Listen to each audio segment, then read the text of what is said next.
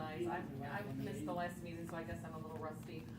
We are calling the meeting at 7:03 PM, and we did meet in exec session at 5:30, and I'd like to start with the Pledge of Allegiance, please, so if everyone would rise.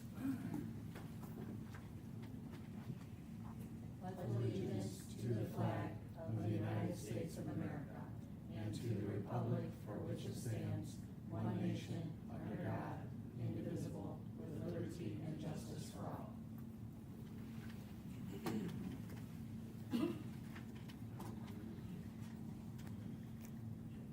Alrighty, attached are the minutes of the work session and regular session meetings held on June 18th, 2026. Board, your pleasure.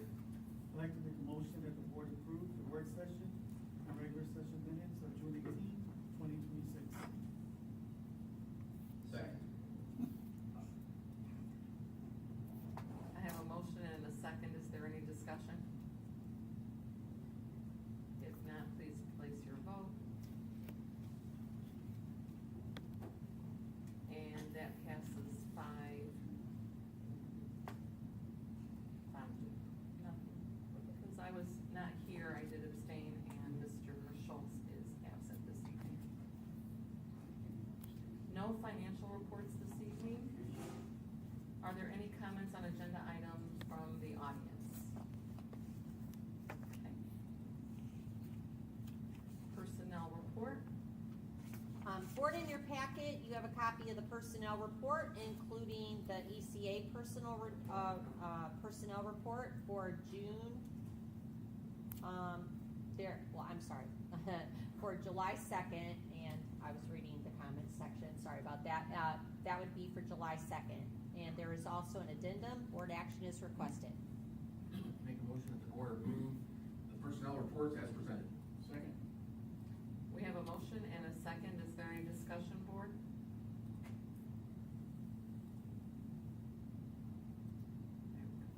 If not, please place your vote.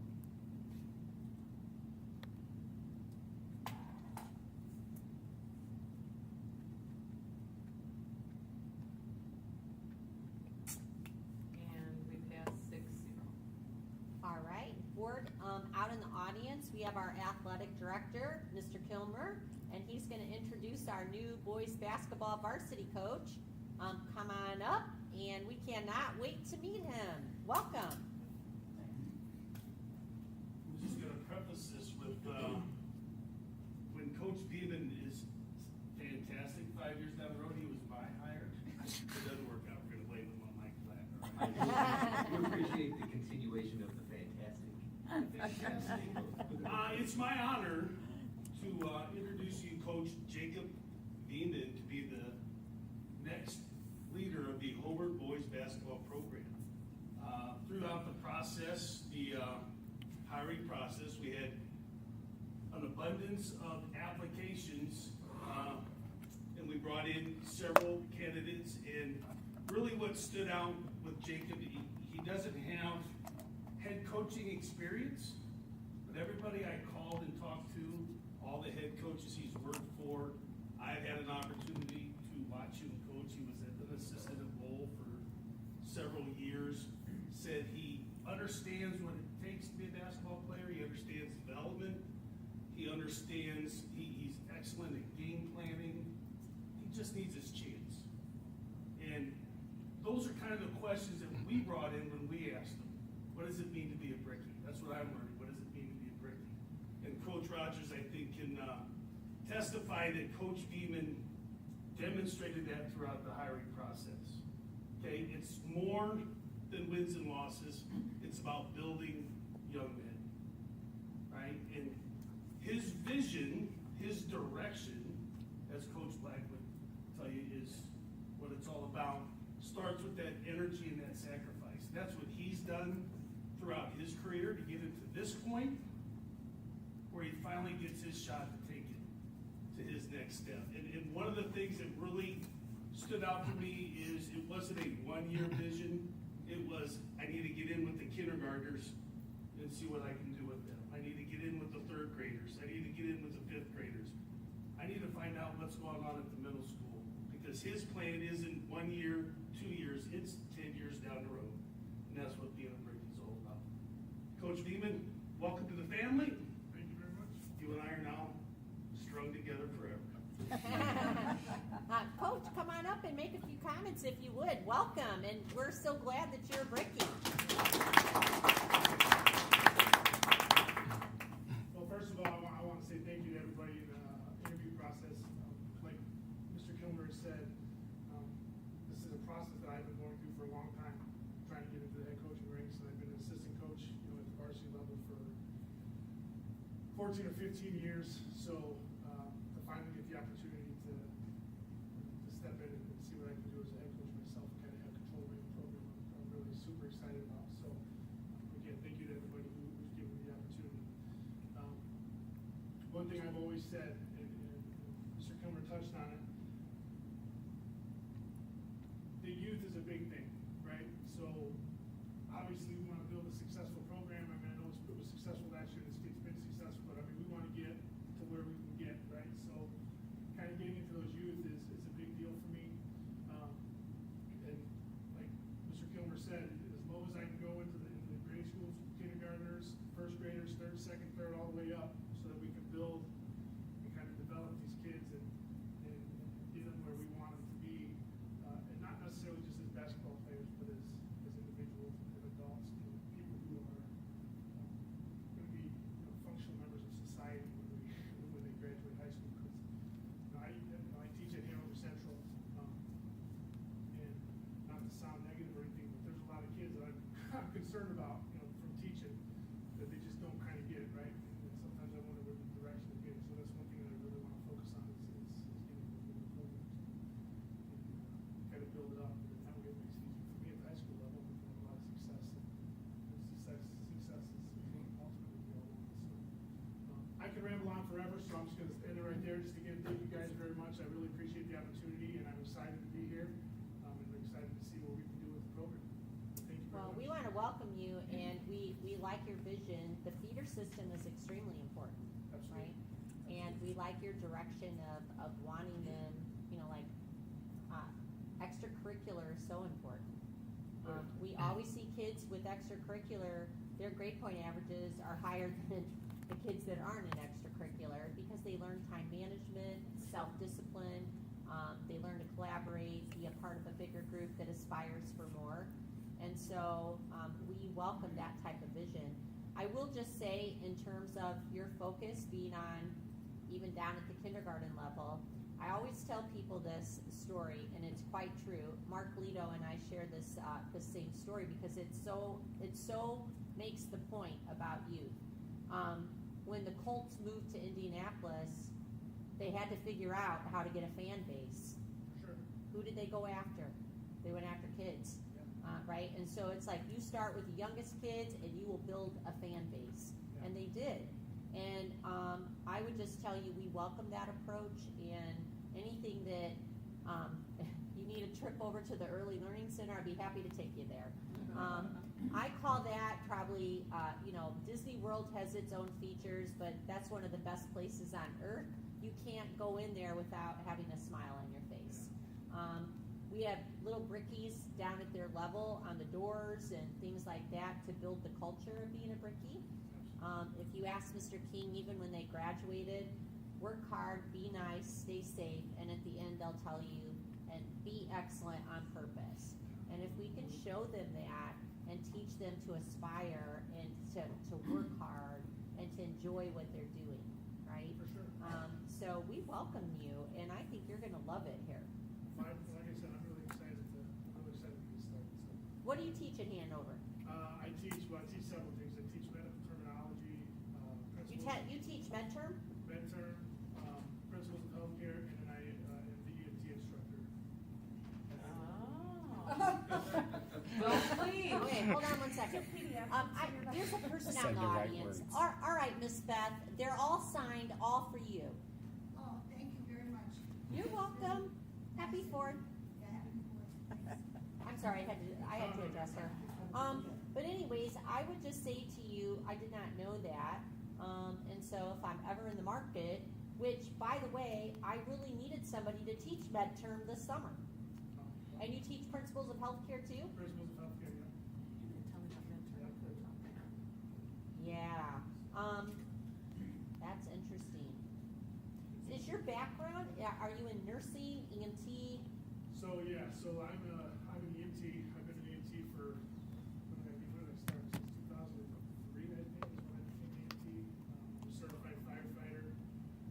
Do they, on the med term and the principles of healthcare, is that just career and technical ed out at Hanover, or are they trying to get you dual credit for that? So I've got dual credit to teach midterm and Is it with Ivy Tech or Vincent's? Ivy Tech.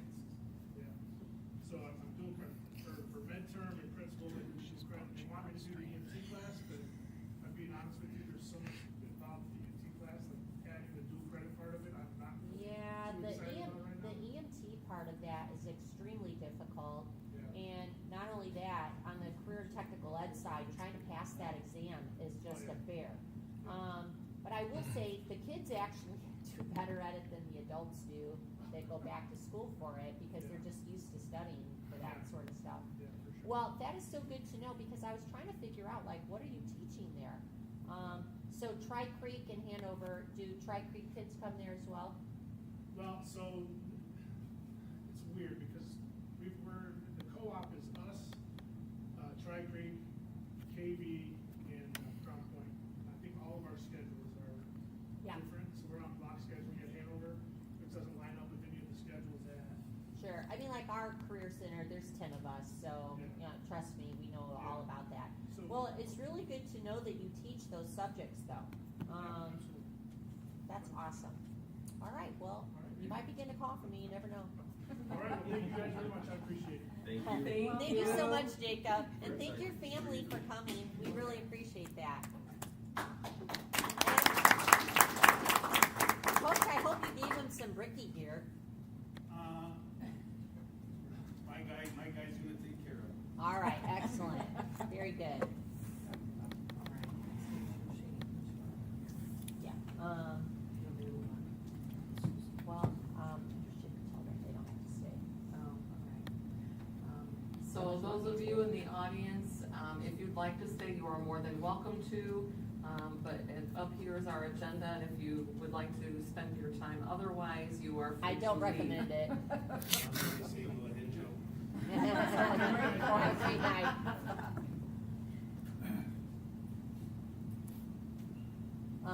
Bill, our first board agenda item, she's not here, so. Mr. Longer, may I revisit that agenda item later? Yeah, If you we can- need to. yeah. Okay, very good. Looks like it's moving to the next time. We are going to move on to the next item agenda of the Gemini grant for the Brickies from the Start program. Dr. Buffington? Board, in your packet, you have a copy of the Geminis grant that I should say that our Brickies from the Start applied for. Very proud of them. It's a $7,000 grant for parent workshops and R1 initiative. You know, they just do a great job there trying to help parents with the incredibly difficult job of being a good parent. And so we'll take any money that we can, and we thank Geminis for awarding us this, and I'd ask the board to accept this grant. I'd like to make a motion that the board accept the $7,000 grant from Geminis for Brickies from the Start program and authorize the superintendent or her designee to execute the necessary documents for it. Second. We have a motion and a second. Board, is there any discussion? If not, please place your vote. And we pass 6-0. Thank you, board. Our next item on the agenda is the recommendation to accept the Lake County Supporting Addiction-Free Environments Grant. Dr. Buffington? Board, in your packet, you have a copy of the SAFE grant for $5,270. I'm sorry, that was last year's grant. The total of the grant is $4,058.40. These funds help support All Pro Dad, community outreach to our dads. We try to run that program. And for families learning how to communicate, create integrity, purpose, and self-character. We also do some books with the 7 principles of highly effective teens. We do quite a bit with this little bit of money that we're given. And as you may not remember, Debbie Mathis serves on the SAFE board, as does Monty White, our SRO. And so we're constantly looking for things that will help us with programming here. And I would ask the board to accept that grant, and deep appreciation for Debbie and what she does on that particular board and this grant. I'd like to make a motion that the board accept the Lake County Supporting Addiction-Free Environments Grant as presented and authorize the superintendent to execute the grant documents. Second. We have a motion and a second. Is there any discussion, board? If you could just pass on a thank you from the board as well to Debbie for what she's done with that. I've attended some of the All-Pro Dads that she puts on, and I would recommend any father with kids go to them. No matter how much you think you talk to your kids, the program puts you in different situations and different scenarios with your kids to talk about things that you probably wouldn't talk about. Because normally you talk about whatever sport, their school, this or that, and it just puts you in a different zone, puts you out of your bubble. And it's very much appreciated. So. Yeah, thank you for that, Brad. She does a great job. And that passes 6-0. Thank you, board. Our next item on the agenda is the Employee Assistance Program Contract Agreement. Dr. Buffington. Board, in your packet, you have a copy of our EAP program, and basically, we're just asking for renewal of this. This is an outside agency that's totally anonymous that our employees can go to for any type of assistance. It could be as much as marriage counseling, financial counseling. It could be that you need help with possibly addiction or anything like that, and it's anonymous, and people can go there. We don't know that they go there. We just offer that as an employer. And so it's worked out pretty well because they have such a variety of things that they offer help with. And we do get a report on what the usage is, and it certainly it offsets the cost here if we can help our employees have a better life, right? So with that being said, I would just ask that the board go ahead and approve our renewal. Board action is requested. Make a motion that the board approve the contract agreement for the Employee Assistance Program, EAP with Employee Services, LLC doing business as ESI Employee Assistance Group, and authorize the superintendent to execute the contract. Second. We have a motion and a second. Board, is there any discussion? If not, please place your vote. And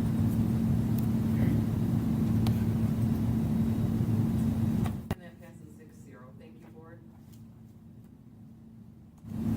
Our next item on the agenda is the recommendation to accept the milk and dairy, the GPO grocery, snack and beverage, warewash and sanitation proposals for the 26-27 school year. Dr. Buffington. All right, we are so lucky. Mr. Patrick Ryba-King is in the audience. Welcome. Come on up and talk to us about all of this. Hi, everybody. Hi. So the bid renewals are no different than previous years, but there is one addition and one that I omitted from this.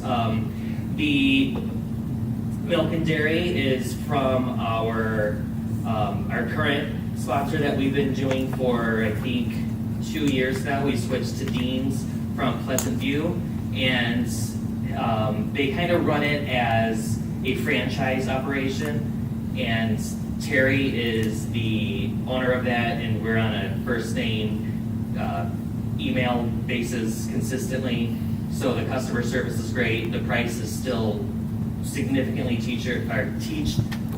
cheaper than any other option that we have, and they have never let us down yet, even when one time they had, I think, 3 drivers out due to heart attack, car accident, and then something else. And the owner himself was out making sure that we were still getting our milk delivery products on time. So I put them back on the contract and asked that that gets accepted for the next school year. The next one is the GPO grocery. That's Gordon's. Nobody really compares to what Gordon's going to offer us. The only partial competition they may have is Swans, but Swans is like twice the price of what we would spend with Gordon's, and we are also on a first name basis. I never contact like our representatives. I go straight to the bosses, and so they all know me by name, and but they never let us down, and they're always going above and beyond to make sure we have everything we need at the best price that we can get to.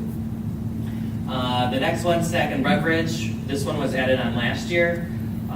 Commercial food systems we used to always go through, but now NESIC has officially scouted them out, did an RFP for them, and got even better pricing for the whole NESIC group, which is half of Indiana, now that they've kind of expanded to central Indiana as well.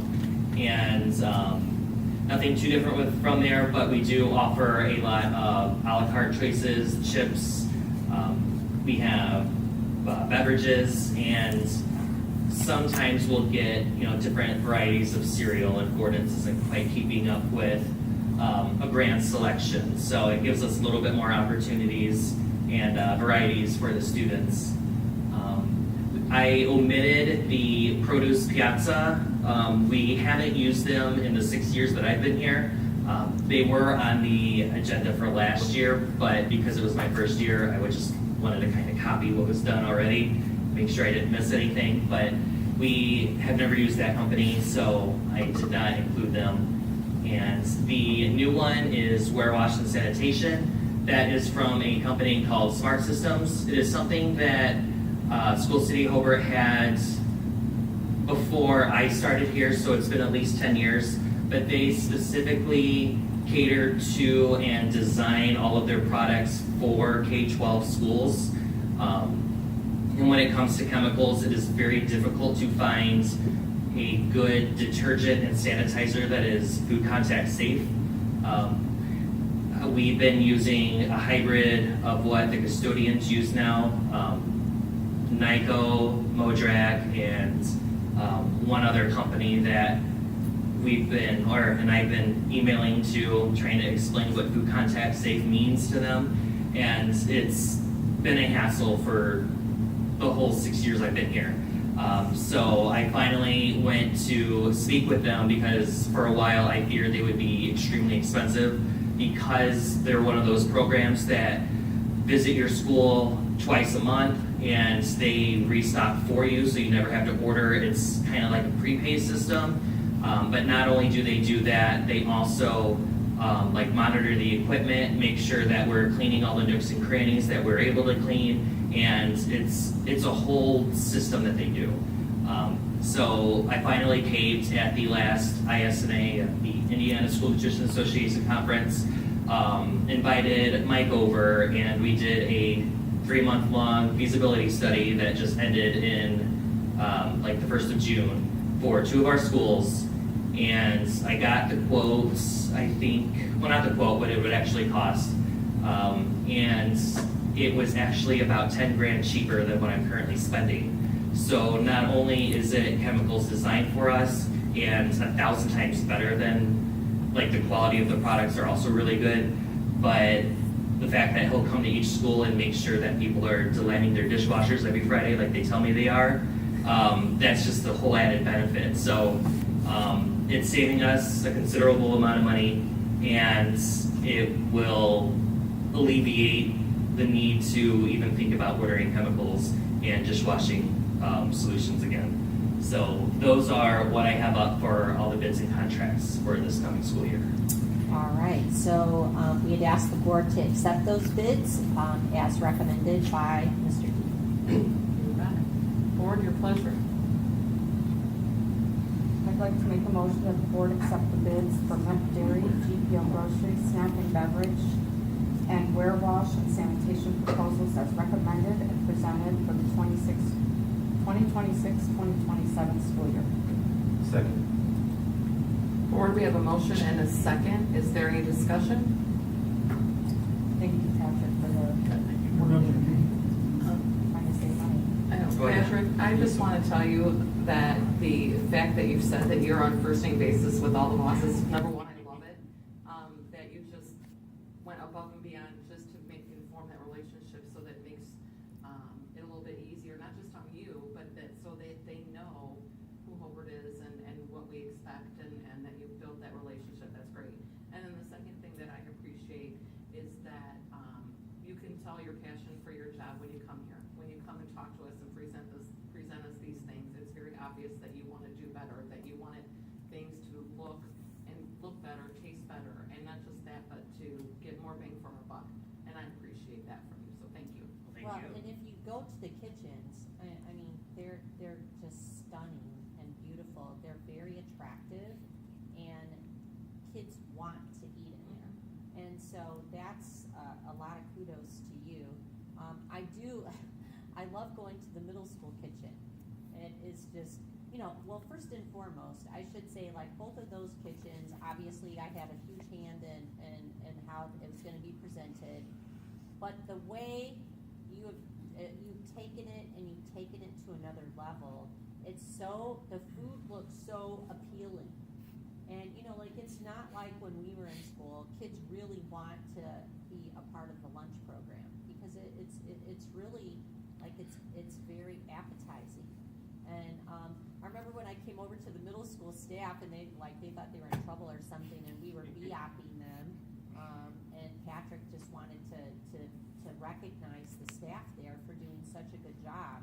And you would just have to go over there to see how beautiful it is and stop in and see all of our cafeterias. They just do a great job. And you're right, it's because he has such passion and love of what he does. And I would be remiss to say that, like, and I was gonna do it, but I don't know if he's staying for the whole board meeting. Are you staying for the whole board meeting, or are you leaving? I mean, if you need me to stay, I'll stay. I was just gonna talk about yesterday. Oh yeah, I'll stay then. Okay. All right. Enough kudos. You can see that they accepted the bid awards behind Jeff. Yeah, that passed 6-0, but Mrs. Hillin has something she'd like to say as well. Are those potatoes on? Corn. Okay, good, so I was gonna ask a question, I was like, I wanna know what food is on your shirt, but my eyes couldn't quite tell from this far. Yeah. He always has food on his shirt, I like it. Yeah, and I was trying to figure out what I haven't worn here yet, and I think I'm running out again, so I have to go shopping. I like an excuse to go shopping. I recommend a lemon shirt. yeah. I think I might have one, or I saw one, so stay tuned. Did you get a lemonade? I did, yes. Okay, awesome. Well, you could stay at the lectrum because you're the next item as well. All right, the next item on our agenda is the School City of Hobart School Nutrition Program for the 2026-2027 school year. Dr. Buffington. Well, Mr. King and I reviewed these things quite a bit. We use a calculator that's provided to us by the government to try to figure out what food costs are and what we should be charging. In addition, I had him go out and do some comparisons with other districts just to see where we were at, because obviously everything is more expensive. And so we don't want to pass costs on to our parents unless we absolutely have to. But we also have to be cognizant of the fact that we're paying more for food. And so I'm going to have Mr. King go ahead, Mr. Ida King, go over our recommendations with you and why. Go right ahead. All right, so I do have a small presentation because I wanted to keep it short, but I wanted to try to maybe preemptively answer some questions that anybody may have. So on here, I have the prices that are current for our school year. They haven't been raised since the early 2020s. I think 2023 was the last time they were raised. And can I point something out too on that, Patrick? Because we were running such a level in the budget. If you remember, your budget has to also reflect that you can handle that. And that's when you saw us redo the kitchen at the Early Learning Center to bring that cash balance down. Because if you have such a cash balance, they're not going to allow you to raise your prices. It would be unjust. And so we did replace the kitchen at the Early Learning Center. We've done some other things that keep our cash balance at a level, and now you're truly looking at what does it cost to produce food, and us not go in the hole by us purchasing food to serve to our children. I needed to interject that because there's a reason why those prices didn't go up.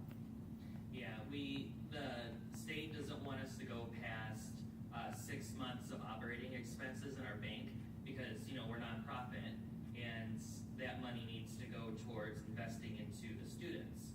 So one of those, a few years ago, we did replace, pretty much remodel the entire ELC kitchen, which almost was about $200,000, which would be about 1 month back then. But we started this school year at 5 months in bank, and we're ending out at just over 5 months. I don't know how we teetered, but there was a lot of equipment that I also had to purchase this year. I spent $150,000 replacing a dish machine, some ovens, and a lot of miscellaneous garbage disposals. They add up very fast. And I have 2 larger dish machines. They are at the high school here and at Joan Martin. They're doubles and conveyors, so those are much more expensive. But I called somebody out for quotes on them because if I get another repair bill over $5,000, I'm just gonna get the new one because in the small amount of time I've been here, in the grand scheme of things, I feel like I could have paid for both of those in just repair costs. And they will be newer models that are equipped to be energy efficient as well. So I have the environmental saving studies on those, but I don't have any of that with me because I'm getting a little off topic with that. But those are just 2 of the few things that I need to replace because the one at Joan Martin was smoking a month ago, and I don't know how a dishwasher smokes, but it did. So I'm preparing for those. So I want to keep a comfortable budget for those rainy day emergencies, but with the insane amount of inflation that we're seeing, that doesn't follow the normal 4% trends that we usually get. I have to come to some sort of conclusion. It definitely has been thought about extensively, and I don't want to ask for a price increase, but it's come to this point. So the next year's school costs, I would only ask for 10 cents for lunch only. I wouldn't touch breakfast because I don't, it would still make an impact for us, but I don't want to give parents a double whammy. I want to start small and, if necessary, look back into it in the future. But I just wanted to start with the 10 cent for lunch only. And of course, that would also include increasing the adult price, because the rule for adult pricing is they cannot be less than what we get back from a total federal reimbursement. But that's all in here, and I've made it nice and easy so nobody's kind of drowned out by all the numbers, because I love numbers and puzzles, and not everybody else does, so I kept it simple. So we'll see how simple. I should point out too, one of the things that we're looking at with Patrick, and this is a consideration as well, is indirect costs. And Patrick's like, oh my gosh. So he's self-supporting, and we don't really charge him for anything. So like, he doesn't pay for any electricity, he doesn't pay for anything except for the food and his employees. And you can charge him indirect costs. Well, that would help our operating budget, but I also have to protect his budget, as he's doing a good job of trying to protect it with food costs. So we've never done indirect cost. Most of our neighbors are doing indirect cost, and There's calculations for it, there's all kinds of things. As a matter of fact, they sent it to us and I was like, what in the world? It's complicated. It's very complicated. It's very complicated. But one of the things that, and I'll give Tracy Brumley, our treasurer, big kudos on this, and I don't even know if she mentioned this to you, Patrick, but they use their indirect costs only to recover where people don't pay for their lunches. Yeah, she mentioned, I think it was Chesterton or It's Crown Point? Chesterton, which is Duneland. But the point I'm making is that even though we're talking to you about food prices, we're also examining indirect costs that can help alleviate a little bit of the operating budget as well. And I said to Bobby and Tracy, you know, we got to dive into this like our neighbors did. If anything, if it helped Patrick with people that don't pay for lunch.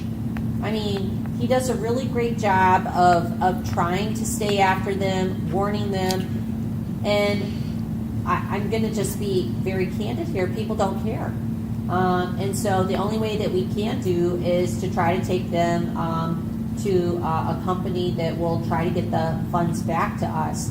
If you're not free and reduced lunch, and I know his department does a great job trying to tell people, if you need help, we'll help you fill out the paperwork. We will do everything we can for free and reduced lunch. But if you're just not paying your bill because you think that you don't have to, that's just wrong, because we have bills to pay. So I will just say there's a lot that goes into this lunch price increase. It's not just food. We're kind of trying to look at indirect costs that we may be looking a little bit at that as well. Makes sense. All right, so the cost for parents, for 180 school days, a dime for each lunch would end up being $18 for the entire school year per student that they have. So I said, what is $18 that parents would buy? It's about 7 energy drinks, 2 packs of tobacco products, dinner for 2 at any fast food place, and that's if you order from the cheap menu. That's right. 3 Starbucks coffees, the cool t-shirt you saw at the store, a single DoorDash delivery fee plus the tip, a case of beer, a pretty water bottle, or a month of Hulu without the ads. I know 10 cents, I get that if you have maybe even multiple kids, nobody likes price increases, like nobody likes taxes to go up, but $18 in the long run to a parent, it's something that we frivolously spend on random things that we don't even realize. So what is the $18 to us? If I go back to last year's meals, we did about 170,401 paid meals, which means they weren't free or reduced, those were just paid students. That is $17,401 for the department. Is it a lot? Well, it's about 38% of my projected inflation, which is just going off of the 4% food cost increase, which numbers down there, both of those total out to $45,400. So it helps cover it, and I'll have to make up that difference elsewhere, but that's where strategies such as saving $10,000 on chemicals comes in too. So I want to break down the cost of a school lunch, because not everybody knows what all goes into it. So $4.69, that's an important number that we're going to come back to in a second. But how we model it is 45% goes into food and supplies, 45% into labor, and 10% into repairs and maintenance. So if we consider the 45% food and supplies, that only gives me $2.11 to make a meal that has all 5 required components. So breaking down the $2.11, main entrees, they're about $1. Fruits, because we offer varieties, 35 cents times 2. Same thing for vegetables. Grains, about 20 cents. And milk costs us 25 cents. So that ranges anywhere from $2 to $3. But not every student takes every single option. So it's not always $3.05 every single day. And anything that might be a higher entree cost, like the Bosco sticks that the students love so much, it offsets by labor because it takes us no labor to pop those in the oven. Food costs on average goes up about 4% per year, but inflation is insane because apples, just going off of last year, we went from paying about 25 cents to about 40 cents. And that's not just apples, that's all fruits, and that's all vegetables. They're getting way up there. So $4.69 is the total reimbursement that I get per free and reduced lunch that we sell. When it comes to the paid status lunch, the government only gives me 53 cents, which if we do the $3.35, which would be my proposal, plus the 53 cents, I'm only getting $3.75 per lunch. So that means I'm kind of losing $1 per paid meal that goes out just because of the federal reimbursement's lower, but it's common, it's not exclusive to Hobart, we're used to that. So if you remember that slide, that makes now the paid version $1.69 to build a meal, which doesn't change the amount that we spent making that meal. But like I said, we have ways to offset that, and there are some variables, so it's not the $3 every single day. And if I wanted to make the amount that equals $4.69 for all meals, I would have to charge $4.30, but that's crazy because I wouldn't charge that much for a meal, so we're gonna X that out. And move on to talk about our neighbors here. So we host here once a month the Northwest Indiana Directors Network, and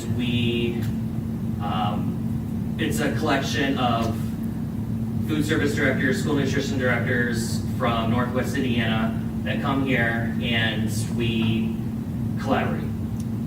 So I send an email out to everybody, and these are the ones that responded that are not on the CEP, which is the Free Meals for All Kids. So those aren't on here because it wouldn't make a difference in this. And you can see these are all of what the meal costs would be in the next school year. And the how much column is how much each school is increasing their meals. Us and South Central are the only ones who, they're increasing both of them. We're only increasing lunch,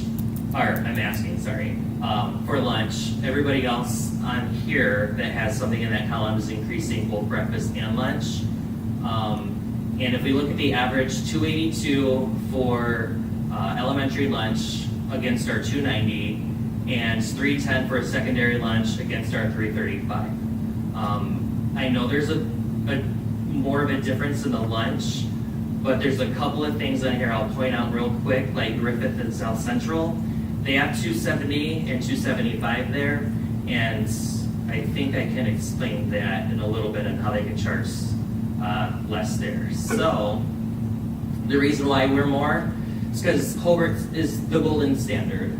If you go to any educational conference, not even just for school nutrition, but education in general, they know who Hobart is.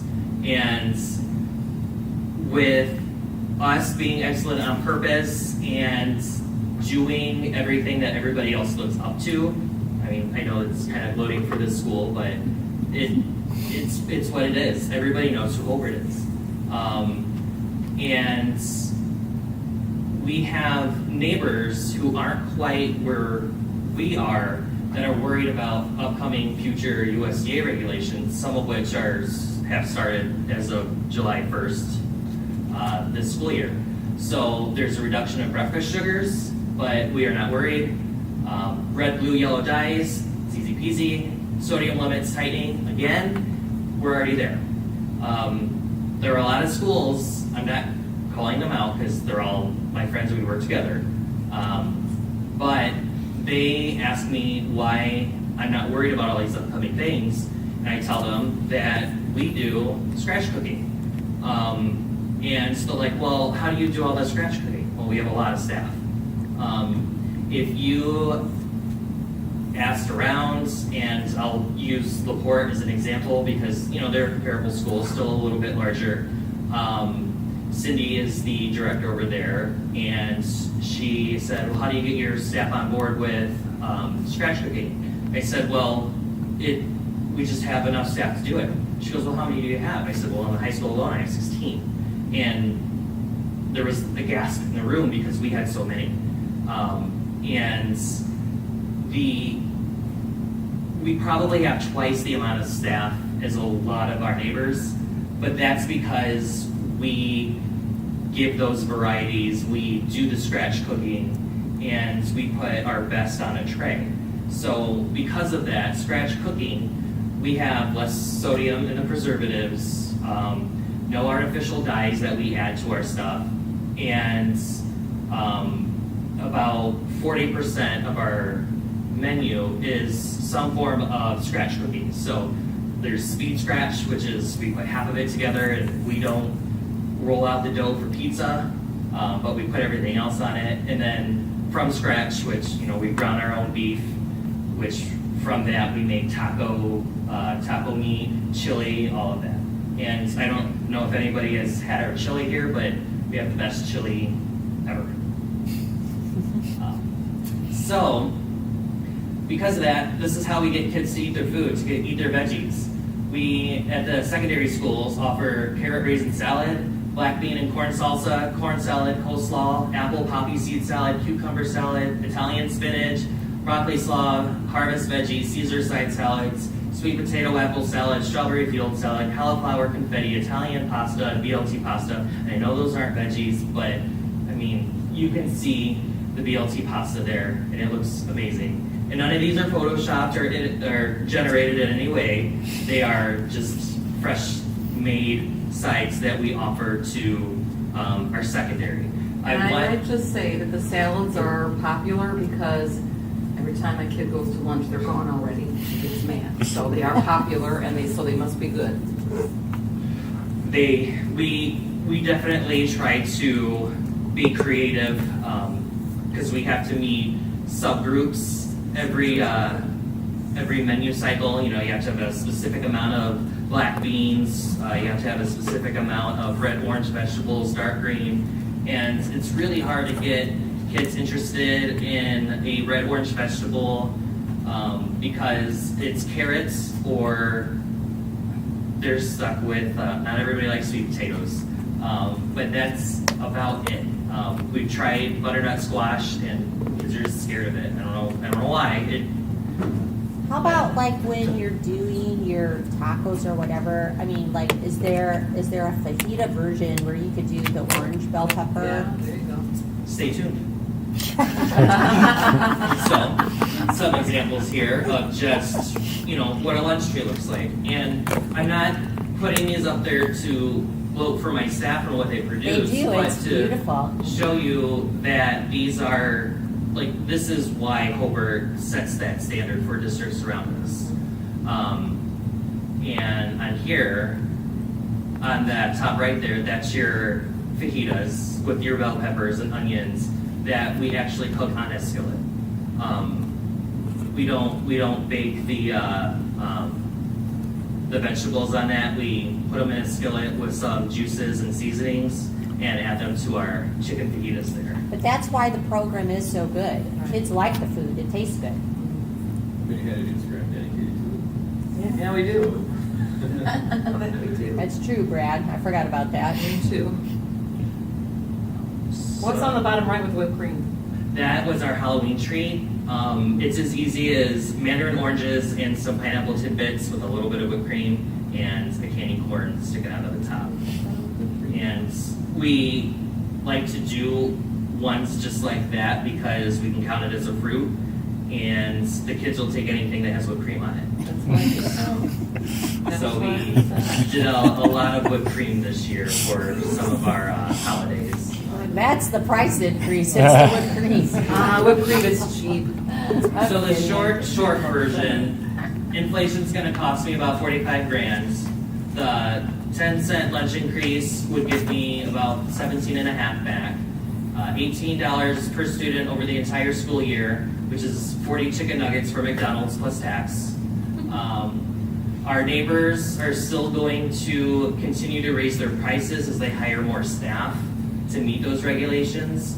And despite all of that, we still keep our prices very close to the rest of Northwest Indiana.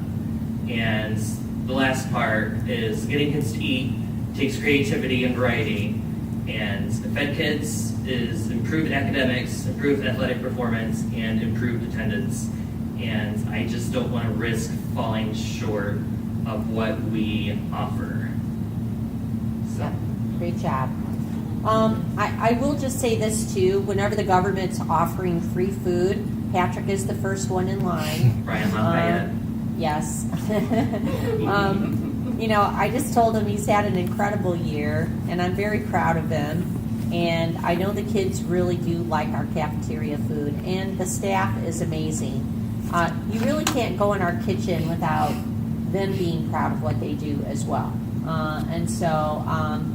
Just thank you, Patrick. I am going to recommend that the board take his recommendation for that small increase. And then I guess, the thing that we should tell you that if food continues to climb, and this is not helping us in any way, and we see ourselves falling, we'll come back with a different recommendation. But we'll start with this. And so board action is requested.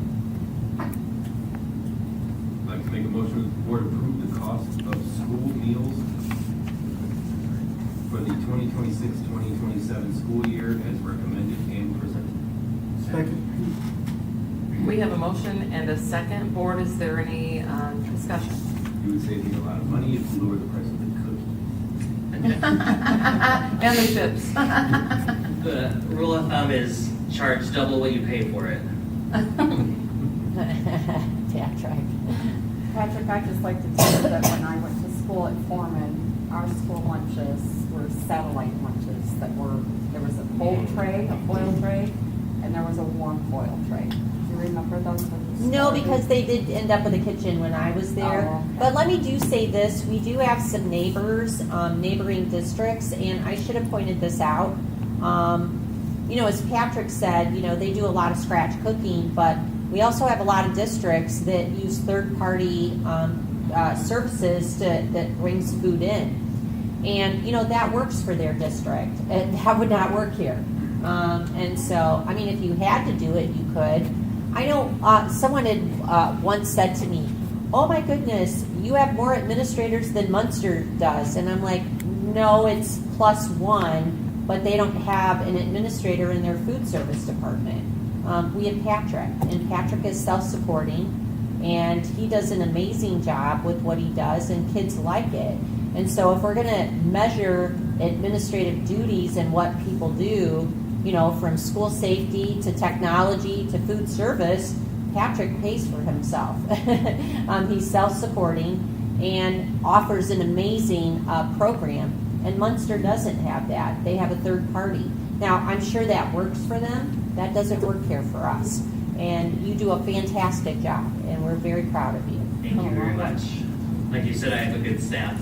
And funny thing is about Munster, they use the Chartwells, which is that third party.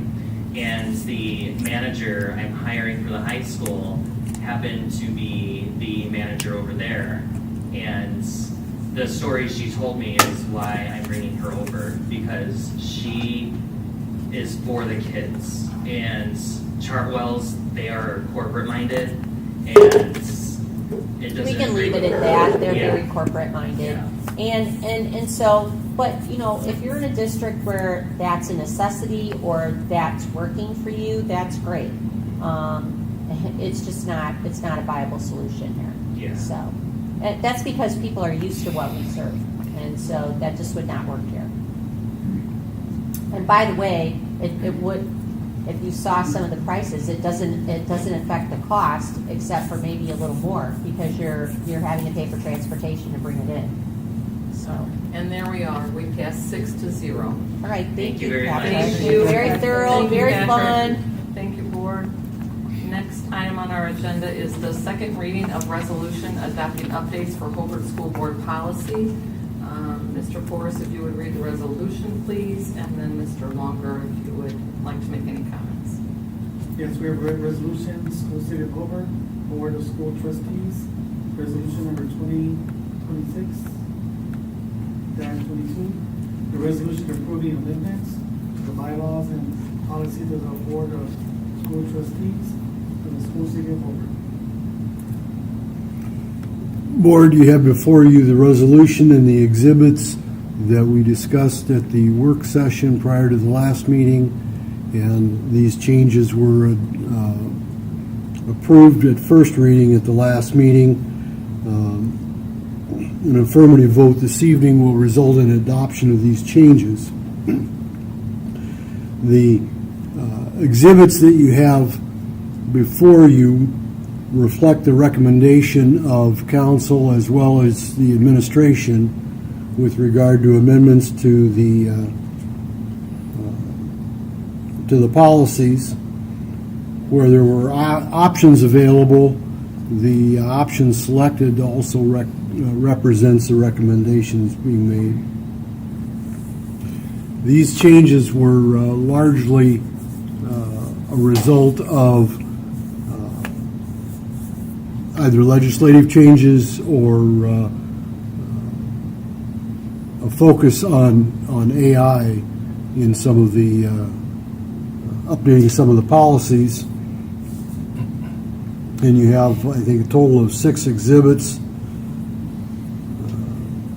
As you recall, Exhibit 1 talked about revisions to specifically reference AI and clarify that the school city is not responsible for the use of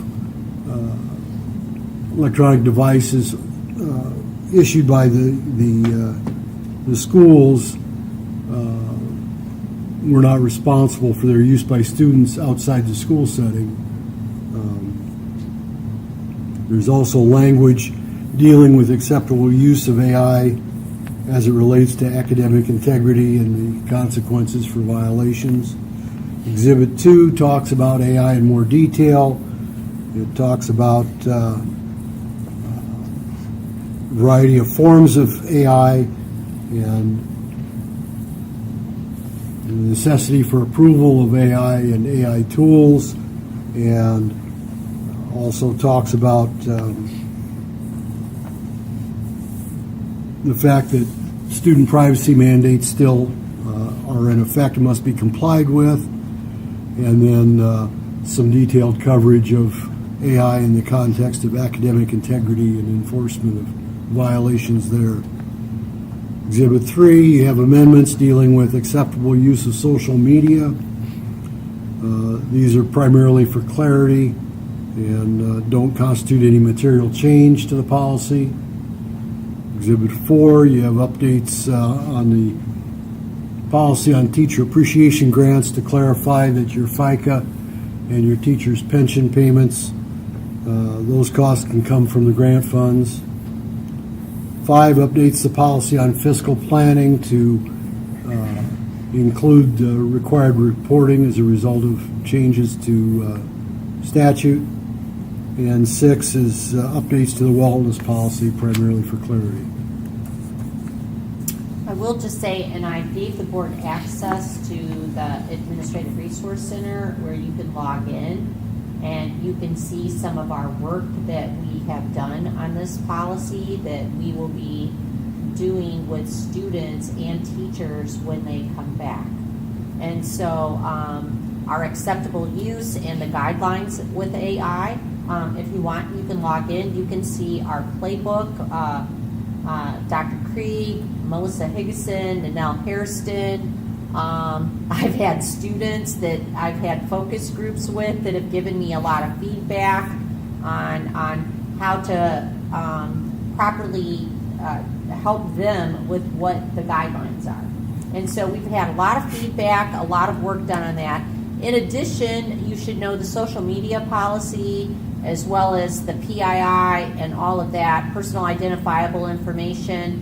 Mr. King over here to my left is going to be doing a couple of video casts, and they will have QR codes that we will be giving to all of our coaches, our lay coaches, all of our staff, because, you know, this isn't just at the beginning of the school year where we have to warn staff. We have people coming in and out of the athletics program that has to know the rules of the game. And they are a bit different now because of personal identifiable information and what we're disclosing and what apps are you using, and do not give away student information. So even a name is student information. And so you will see in these exhibits that you've talked about, when people wonder what we do all summer, that would be it.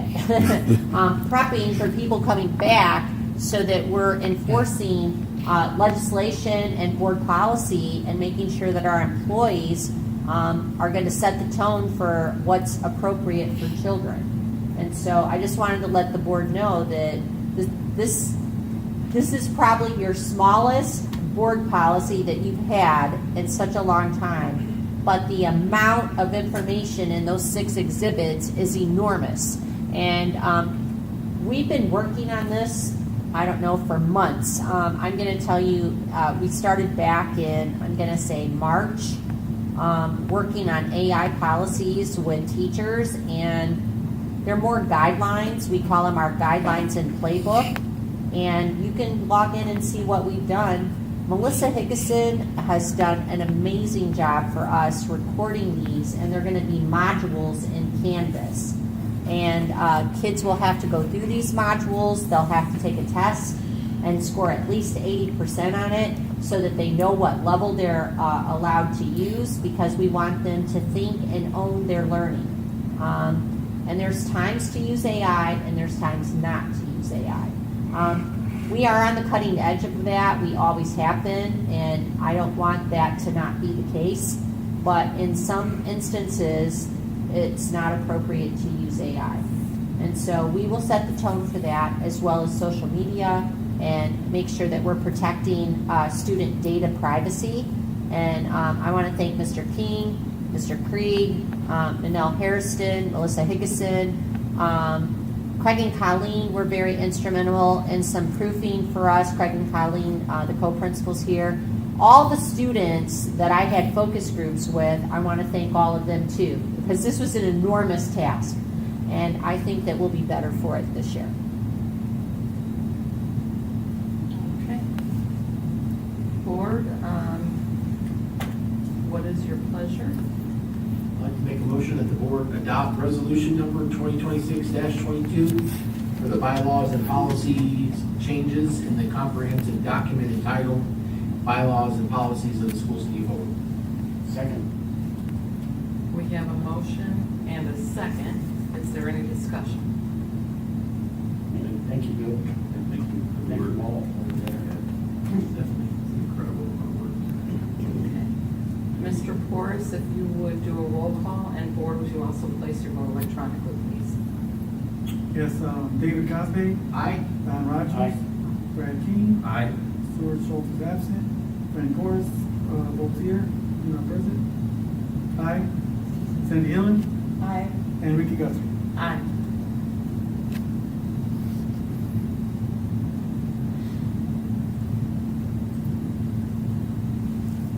And that passes 6-0. Thank you, board. Our next item on the agenda is the ratification resolution for the superintendent's action pertaining to determination of supplemental homestead credit reallocation and resolution pertaining to the transfer of funds. Dr. Buffington. So board, in your packet, you have the memo from the Indiana Department of Ed, and this is regarding transfers as the results section, and you can go back and read that. We also gave you the workbook of what the credit reallocations are. If you looked up School City of Hobart, you could go out to that spreadsheet and take a look at it. And then you also can see the waiver from the implementation of protected taxes that was on June 22nd. And so what you have in front of you is a resolution to transfer between debt service and operation fund, which you're allowed to do with this Homestead Act, House Enrolled Act 1210. And so one of the things that we had to look at when this came out is, do I go ahead and authorize our business department to do this? Or do I wait until July and you give me permission to do that? And that really messes with our fiscal calendar. And so when our fiscal calendar is ending June 30th and I need to do this transfer and I'm doing it in July, that just does not help us in accounting purposes. So what you see here is I went ahead and told the business department to go ahead and do that up to that amount. And I'm asking the board to ratify my actions, and you can do so. You have the resolution. So what you have is ratifying the superintendent's action pertaining to determining the supplemental homestead credit reallocation and the resolution pertaining to the transfer of funds. I know it's complicated, but trust me, it's all good. Board? I'd like to make a motion that the board ratify the actions for the superintendent to transfer the maximum amount of $509,467.31 from the debt service fund to the operations fund during the 2026 calendar year, and to adopt resolution number 2026-24 as presented. Second. Okay. Mr. Porras, if you would read the resolution, please, and do a roll call vote, and board, if you would also do electronic vote, please. Okay, we have a school city of Hobart Board of School Trustees, resolution number 2026-24, resolution transfer between the debt service and operation funds. Then we have a roll call, David Cosby. Aye. Rogers. Brad Keen. Aye. George Schultz is absent. Frank Porras votes aye. Cindy Hillen. Aye. And Ricky Gus. Aye.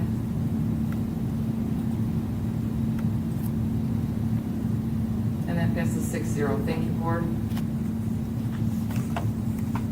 Our next item is an agreement and resolution for social media representation agreement and social media litigation resolution. Well, we were approached about this some time back, and our school council at the time, Monica Conrad, had some reservations. And then it came up again with all of the other school districts that were joining this and the harmful effects of social media. I mean, we could go on and on and on about the effects that we see of social media. And I'm not going to go into all of that with you. But at the same token, I had the opportunity to talk about this again with some of my colleagues at the Superintendent Study Council. I then sent it to Mr. Longer, who is the board attorney, along with our school counsel, Monica Conrad, and they could see there's no harm in joining the suit. And I will ask Mr. Longer to talk a little bit about it, but in the same token, for all of the counseling and all of the things that we provide for kids due to the depression, the anxiety, and the things that come forward, if there's any good that could come out of it, and there is an award of that, it would maybe offset some of the cost of what's happened with social media. So, Mr. Longer, I don't know if you want to address anything about it. Well, if you look at the agreement that the attorneys have presented, it doesn't require any upfront outlay by the school city in order to join this. And the way it's worded, it contemplates that expenses, our share of expenses, would come out of any our share of any recovery, and doesn't anticipate asking us to cover those expenses if there's no recovery. So the risk of financial loss is minimal, and the potential for recovery, I think, is pretty good because of the nature of the action, and the track record of some of these companies, you know, promising to not do things and then continuing to do them. So Monica and I did meet and we discussed this, and it's our consensus that there's really no reason to recommend against joining this at this point. Yeah, I didn't see any hardships either. And so at this point, to Bill's point, when they say they've corrected some of their algorithms, etc., they haven't. And so I don't know how successful this lawsuit will be, but just the fact that people are going to stand up for doing the right thing to protect our children, I think that taking that position is also correct. Mr. Porras, would you please read the resolution, please? Yes, we have the School City of Hobart Board of Schools Trustees. There's resolution number 2026-25, resolution authorizing litigation against social media companies. Thank you. Board, your pleasure. To make a motion that the board approves the social media representation agreement and adopts resolution number 2026-25, authorizing litigation against social media companies as presented. Second. Board, we have a motion and a second. Is there any discussion? Okay. Mr. Porras, if you would do a roll call vote, and board also place an electronic, please. Yes, David Cosby, Aye. Don Rogers, Brad King, Aye. Stuart Schultz is absent, Frank Forrest votes aye, Sandy Hillen, Aye. and Ricky Guthrie. Aye. And that passes 6-0. Thank you, board. Our next item on the agenda is the School City of Hobart Educational Foundation Grant. Dr. Buffington. Board, in your packet, you have a copy of an award grant for the School City of Hobart. And so basically what you have going on is that we were asked to award for the radio program that Greg Crouch is doing, and the Educational Foundation is just so good about anything that we ask them to do. The total was $2,500, and board action is requested to accept this award. What? Yeah, I'm reading on. I was reading what the write-up was. Oh. I have to go back and correct it. I think it is 1,500. Yes, Okay, I'm I sorry. thought it was- The write-up is incorrect. It is 1,500. I stand corrected. Okay, I can approve the motion for the board to accept the grant from the School City of Hobart Education Foundation as presented. Second. Board, we have a motion and a second. Is there any discussion? I thought that was 1,500, so thank you. And I was like, what? I had to read Did that they twice approve? Did they myself. I was approve like, more? And I was like, wait a minute. 1,500. That would have been even better equipment, I'm supposing. Sure Greg would appreciate it. Yes. Alrighty, and that passes 6-0. Thank you, board. Our next item on the agenda is the administrative contract extensions. Dr. Buffington.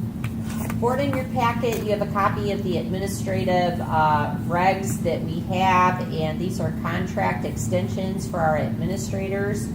And there is no compensation increases on these. These are merely contract extensions.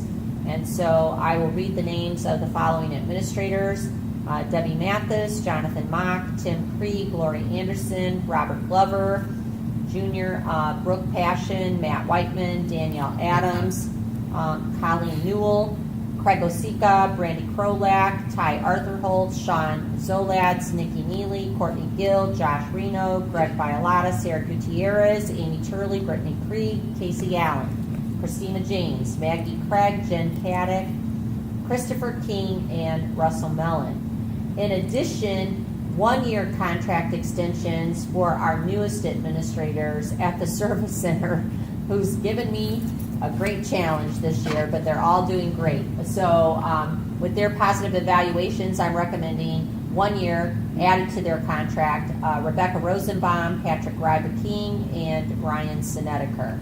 Again, I want to stress that these are contract extensions, as we are always awaiting ADM to look at what our enrollment will be, what the state tuition will be. We weigh where we can do eligibility for contract increases, and we will take that up as soon as we know ADM. But I do want to thank this group of people that worked extremely hard for the district, trying to provide leadership at every level, every building, every department, and we have a fantastic administrative team, and their main priority is children, and you can tell that. So board action is requested. I'd like to make a motion that the board approve the administrative contracts as presented. Second. Board, we have a motion and a second. Is there any discussion? If not, please place your vote. You have an excellent administrators. And that passes 6-0. Thank you, board. Next item on the agenda is comments. Bless you. Thank you. Oh, it's just comments. No events up there. Oh, okay. I deleted it. Yeah, she deleted it on me. I'm like, God, what's going on here? I like it. All right, so I just want to say a huge thank you to Patrick Ryba-King in the audience, our school nutrition director. We had the most fun yesterday over at Veterans, reading our 250th, Little Lucy celebrates 250th anniversary of America, and all the kids got books, and they got signed, they got to pet a dog. I don't know, were you able to pull that up, Chris? Sorry. Yeah. But anyways, and Patrick, it was in conjunction with his food service program for the summer feed program.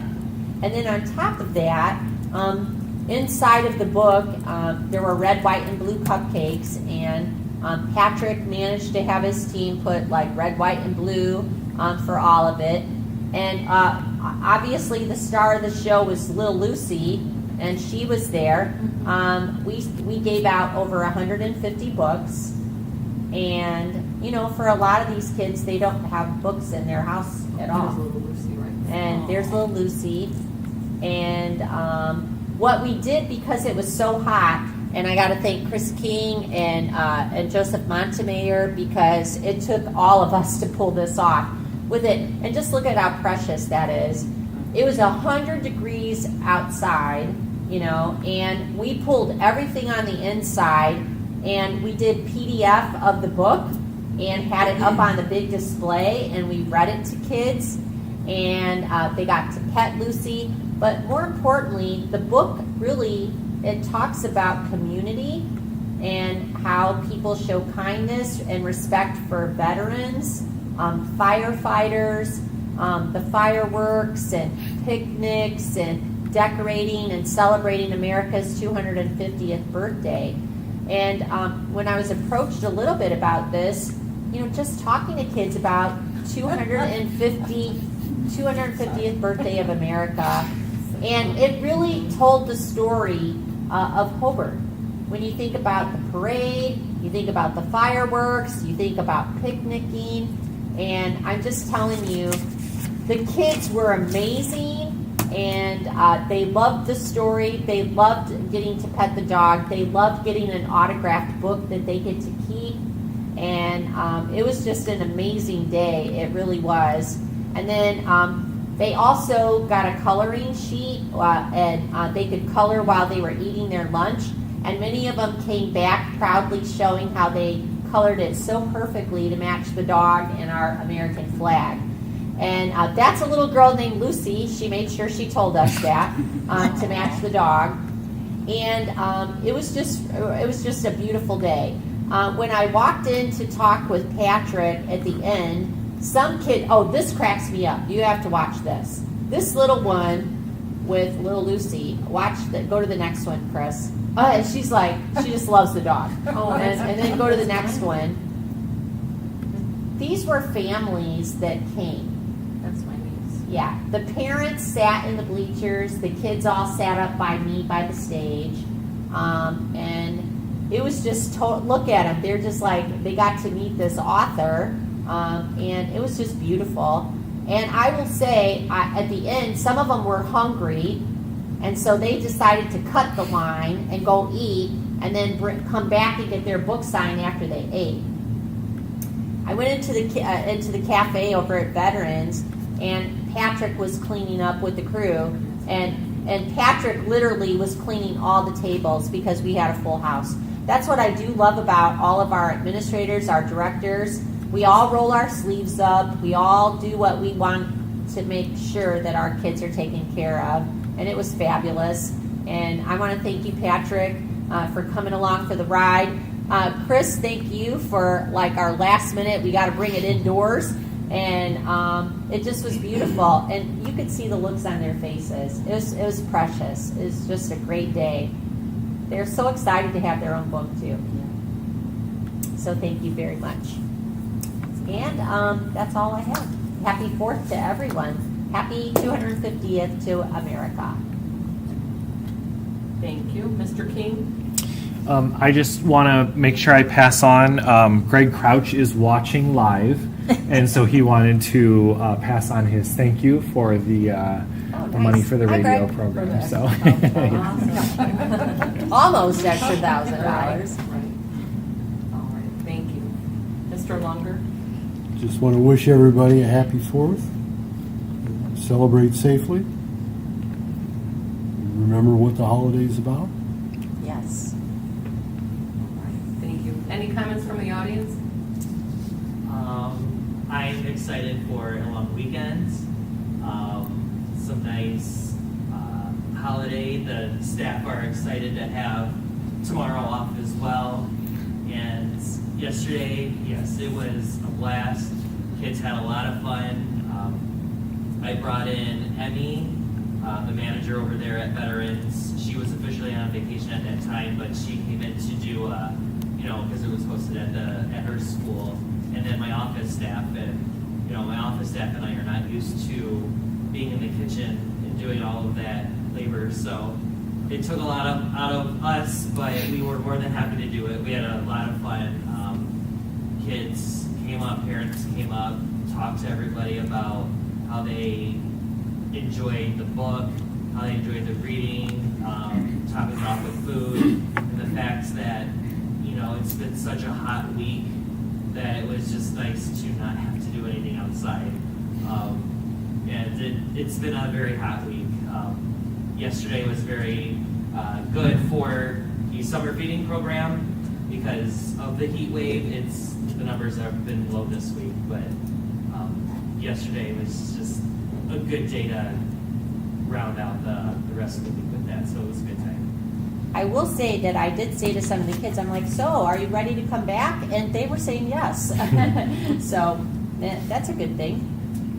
I did have a couple of high school kids too. All in all, I had to get 5 more books today, so I think our total is 155 books out. Yeah. Mr. Coste? Just real quick recap, we had a Education Foundation meeting this past Tuesday. Just really primarily talk about the upcoming fall and what Harvest Homecoming is going to look like. Just to recap, I know I mentioned it before, but the date of that will be October 11th on Sunday from 11 to 2 here at the high school in the Great Hall. Over the course of the next month, you should see some emails coming out, social media presence, advertising, flyers, and things like that. So I just appreciate anything that you guys can do to share that and get the word out as we start promoting that and reaching out for the fall. We're excited about that. We have some good ideas on some fundraising things and try to maybe do a few things a little different to try to get a bigger audience at the meeting or at the event. So we're excited about that. And other than that, just I hope everybody has a great 4th and celebrate safe. Thank you. Mr. Rogers? Talking about the reading program, one of the twins came over today to get his Dairy Queen coupon for winning Little League. That's what his main purpose was. But it was interesting, he and Jackie were sitting there talking about a couple of the books that they've been reading. He was talking about all the prizes they get. They do really well with the prizes in the reading program. He was really impressed. Good. That's excellent. I want to wish everybody everybody a happy 4th and hope it goes off soon. That would be nice. Oh, you know what, could I just really quickly say, our bus inspection is July the 8th. And it's been a real treat. I mean, we wash and wax every bus, and it's cleaned, brake replacement, all of that. We're short a mechanic. We have mechanics in our maintenance staff that have been pulling double duty. We have some outside help that's come in to help us that's got that expertise getting ready for July 8th. But our drivers and the people that have been working out in this heat to prepare for July 8th has been totally incredible. And I couldn't be prouder of them. It's just tough getting ready for an inspection when it's this hot. And so hats off to the transportation department and all the extras that have been out helping us. Thank you. And thank you, Mr. Rogers. Mr. King? I would just like to reiterate that we do appreciate the administrative staff and what they do. You can always tell when people are truly student-focused and kid-focused. It is obvious, and it's obvious and present every day with what they do. So thank you to them. Patrick, both of my kids enjoy the school lunches. We actually print calendars. My wife has a print of the calendar for the menu, and they go through and they circle which days they want to eat school lunch, and because there's certain things they don't like spicy sometimes, Yeah. so they'll do that. But they definitely enjoy it, and again, cookies, Lord, because my son loves them. But you guys do a good job. Thank you. So we appreciate you putting the healthier meals out there for them, and the scratch cooking and things like that. I really appreciate it. It's a lot of extra work. It's a lot of extra dishes. It's a lot of extra everything. I really just appreciate it. So, I have not had any meetings for NISEC or Parks Board since our last meeting, so I'd like to report there. Thank you. Mr. Forrest? Yes, I would just like to wish everybody happy 4th of July with your family and friends. And just continue to recharge your batteries and get ready for the next school year. Thank you. Mrs. Helen? I just wanted to, again, recognize the writers for the Gentleman's Grant and for the SAVE Grant. It's a lot of work, and every little penny helps to keep our programs going and to assist with that. Again, our administrators, it's a nice thing to be able to renew those contracts. Yeah. Happy 4th. Thank you, Mrs. Helen. I would just like to say, as Sandy said, thank you to those grant writers, to the Hobart Educational Foundation as well, to provide extra money that we can use as we see fit and provide programming that our kids enjoy. I'd also like to say thank you to the administrators. I hope that they are enjoying their well-deserved break. I know it'll be here before we know it that we'll be starting again. Same goes to those of you on my left.